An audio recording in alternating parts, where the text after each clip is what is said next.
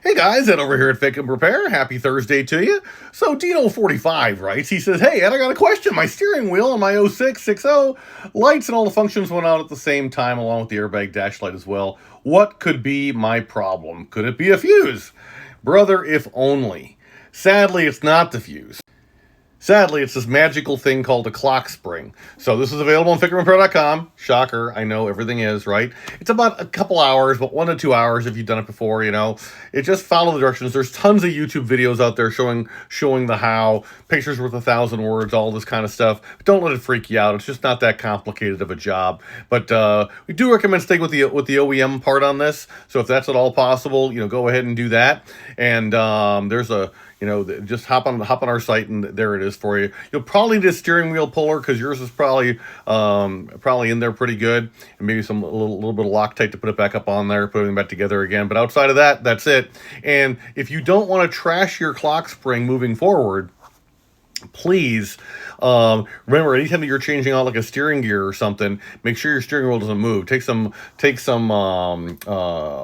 ratchet straps or something and just hold your steering wheel completely still during the process, and that way you don't trash this poor little guy, because that's the number one cause by like far. So I hope this helps somebody. FICMRepair.com. We're all in this together. Thanks very much, guys. Appreciate you, and thank you, Dino. Take care. Oh, I should say, before we harass Dino too much for moving the steering wheel, recognize these are not common things to fail, right? They primarily fail due to mechanical wear and tear over time and just mileage. So, Dino, if you've got 3, 4, 5, 700,000 miles on your 6.0, it probably just died due to time. There's a flat ribbon cable on these bad boys. You can see pictured, actually, and it's like it's a flexible circuit board that's coiled inside of a housing. Every time you turn the steering wheel, this ribbon flexes, twists, and untwists slightly to maintain electrical continuity between the steering column that's fixed and the wheel itself, which is rotating, obviously, over tens or hundreds of thousands of miles. The ribbon cable repeatedly bends and fatigues, and eventually those copper traces, they're going to be game over, and that's probably what happened here. But it can be intermittent, or it can be a total loss of functions like horn, cruise control, steering wheel inputs, audio phone buttons if you're one of the cool kids, all that kind of stuff. So, but it's the number one reason cited across all of our customers who've had this problem, saying, "Hey, this is why it's happened," and etc. But the commentary earlier about about moving it when you're doing a gearbox or something, don't be questioning the validity of that.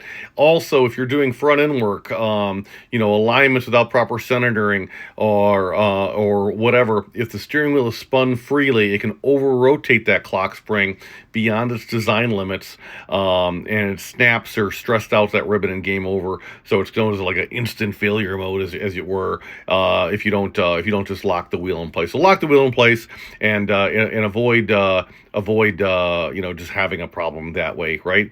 Outside of that, I suppose it can happen from just excessive steering wheel inputs as far as tilt. If you got different people driving it all the time and you're constantly changing the tilt of your steering wheel, that can cause it as well.